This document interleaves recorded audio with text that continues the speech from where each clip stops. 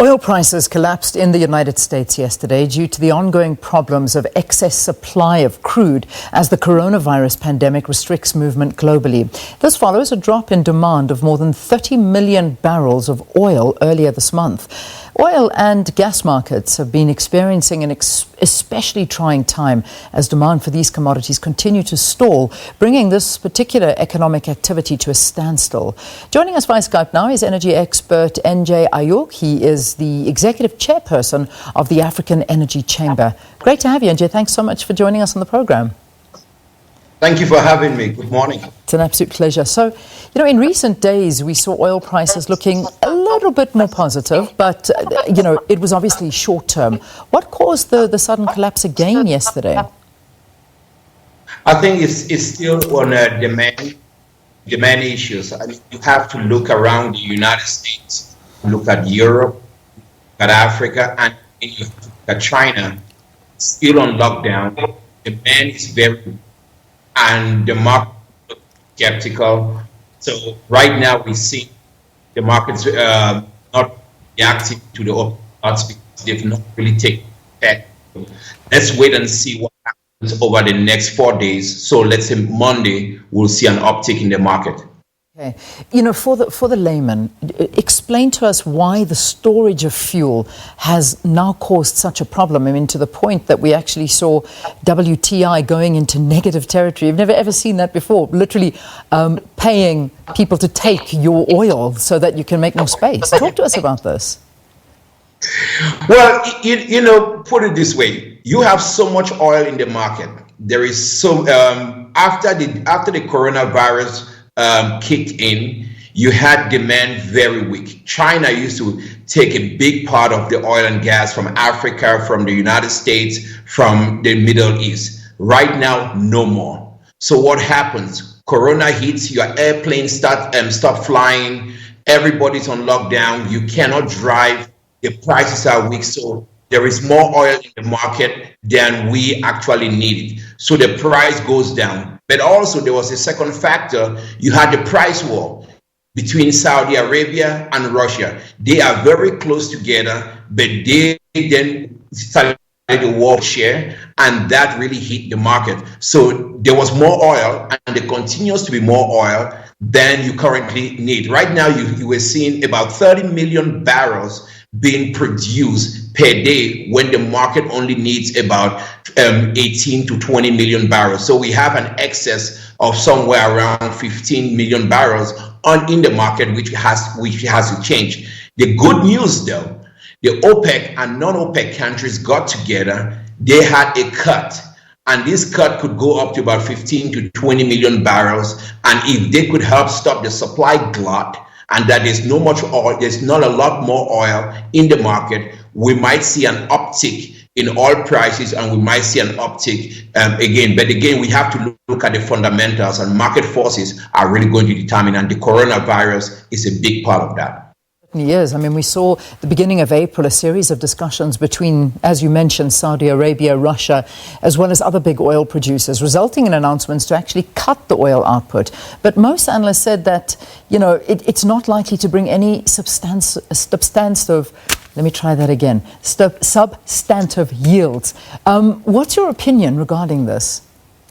I think you're not going to see a big spike in prices going, when we look at WTI, for example, going into the high positive of 40 or 50s, or Brent, which most African crude is based around Brent, going right up into the 50s very soon. That should happen somewhere fourth quarter this year, or possibly first quarter next year. But what the market really needs is stability. It's not a big uptick and saying the price is up, let's all go hurrah and buy. But what you're going to see is that the goal of OPEC is to stabilize the market, because volatility is one of the worst things that can happen to this market. So I think, yes, it's going to pick up. It's going to be a gradual pickup, but until the lockdowns stop, airplanes start flying, people start moving, manufacturing picks back up again, because factories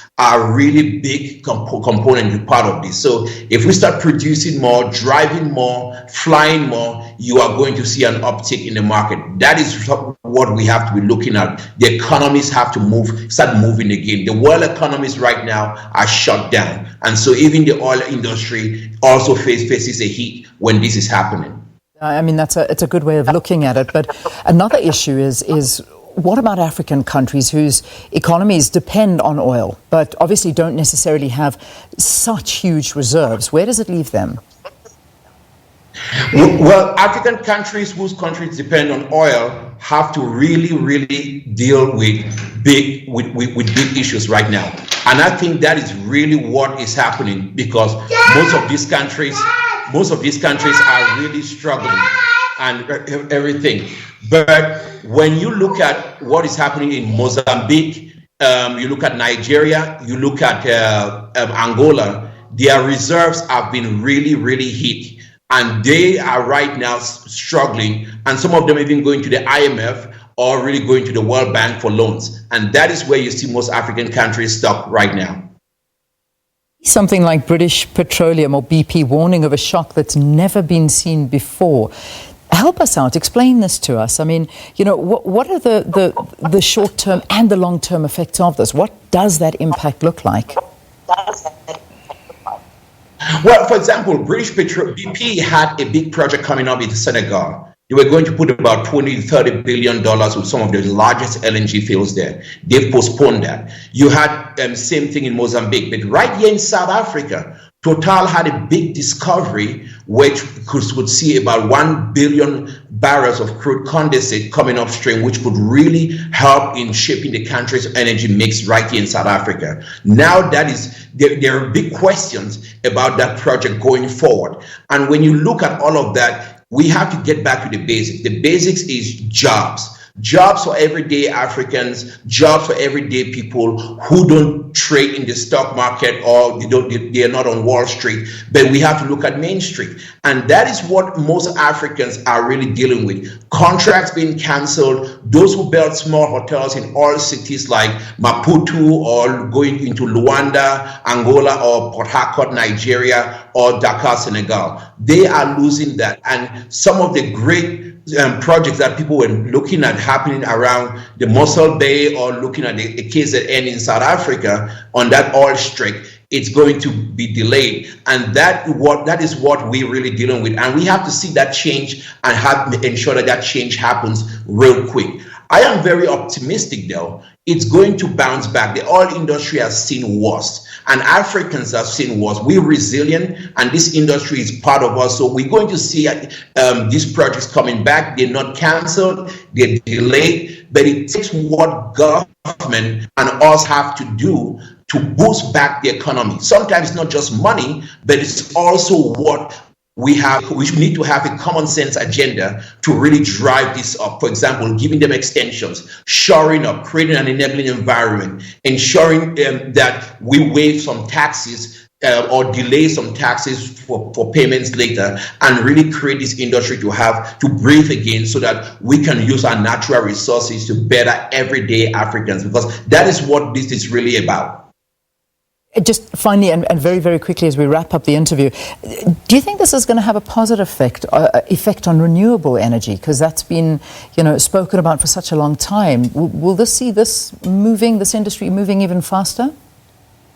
No, it's not, because the market is not there. When the market is not there, you're not going to see renewables happen. You need to see your renewables have to be competitive. Let's be very honest. No bank is going to finance or fund a losing project. Banks want to make money, so renewables have to be bankable. And if the market is taking a strong decline, it's bad for renewables. So we need the market to pick back up so that we can have a whole complete energy mix, and renewables have to be that. And one more thing before I close. It is time for African countries that are really focused on petroleum resource and gas to start thinking about diversifying their economies and build a bigger base where you can use your gas or your petroleum to create urea, ammonia, NPK, fertilizer plants, and really transform the economies to really push things back up, just like what China is doing. We need to use those natural resources to boost our manufacturing base and make us a more stronger and resilient economy by building our energy infrastructure. But renewables have to be part of the mix. It's not either or, because this is time for energy transition when you look at climate change and everything, and that is where we're going. And we need to pay more attention to that. We cannot be held back or stay last and wait on Europe or America to come bail us out and drive us there. This is our time to lead, and we need to lead. All right, NJ, thanks so much for talking to us. We're going to let you go and give your little one a cuddle. He was looking for you a bit earlier. It sounded gorgeous. Energy expert NJ Ayuk, who is the executive chairman of the African Energy Chamber, discussing the impact of the plunge in oil prices and implications thereafter. I have to say, I was a little bit sad the little one didn't run into the shot. I was looking forward to seeing him. All right, let's take